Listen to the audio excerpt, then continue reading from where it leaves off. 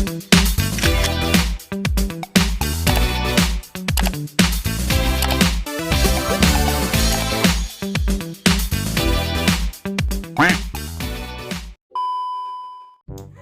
mga ka-Paradise! Farah here and welcome back to my channel!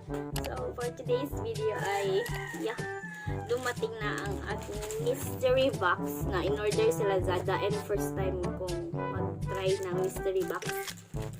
Ito siya.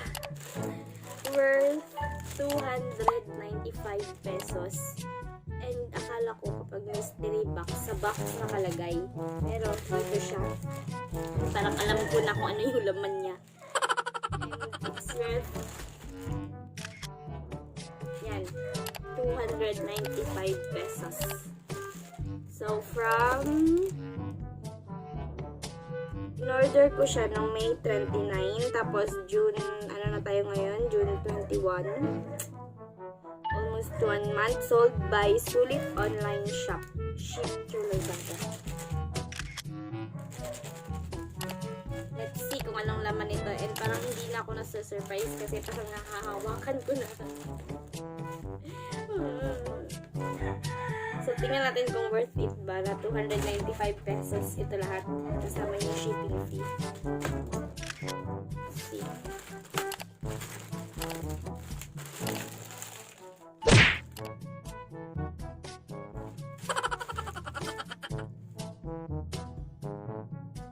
Ano to? Grip, hold your phone effortlessly.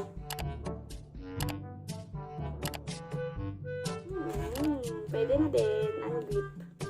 So, parang lagay siya dito sa likod ng phone.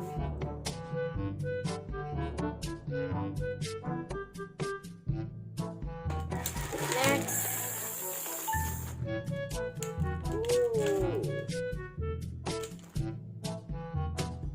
Ding.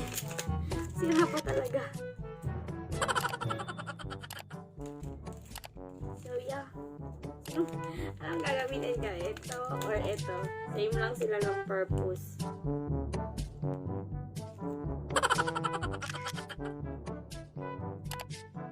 Next, meron pa.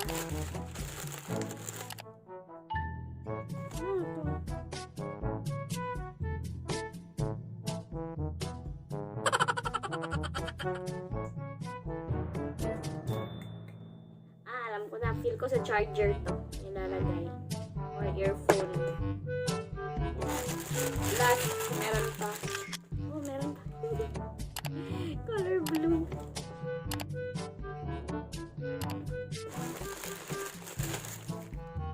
Marami pala sila. Pero sira na siya.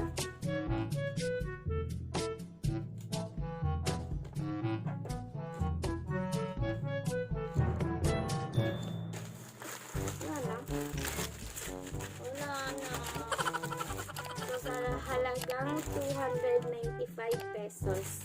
Scam na naman ako.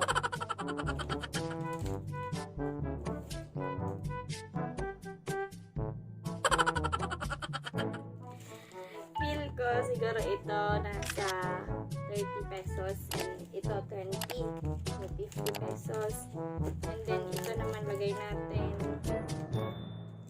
nasa 20 din. So, 70 pesos. Mas mahal pa yung shipping fee kaysa sa mismong products. So, ayan. Hindi na ako bibili. Ayoko na ng mga mystery na yan. Wala naman din ano eh. So, yun lang guys. Worth it ba? Sa akin, hindi. Parang na-disappoint ako. Pero, okay lang. If you like this video, please don't forget to like, share, comment, subscribe, and click the notification bell for more videos. Bye-bye!